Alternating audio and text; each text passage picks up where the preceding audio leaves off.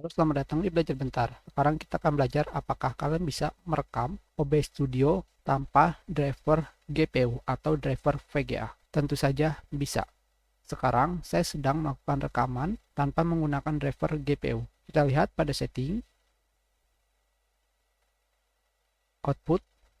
Di sini saya menggunakan encoder software. Dengan kata lain, saya menggunakan CPU.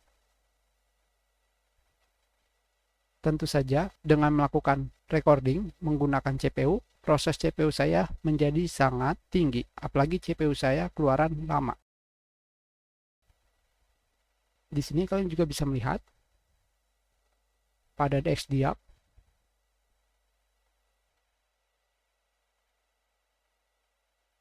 driver saya masih menggunakan Microsoft Basic Display Adapter, belum menggunakan NVIDIA.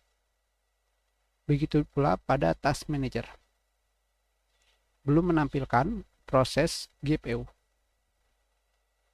Kita sudahi pelajaran kita. Terima kasih.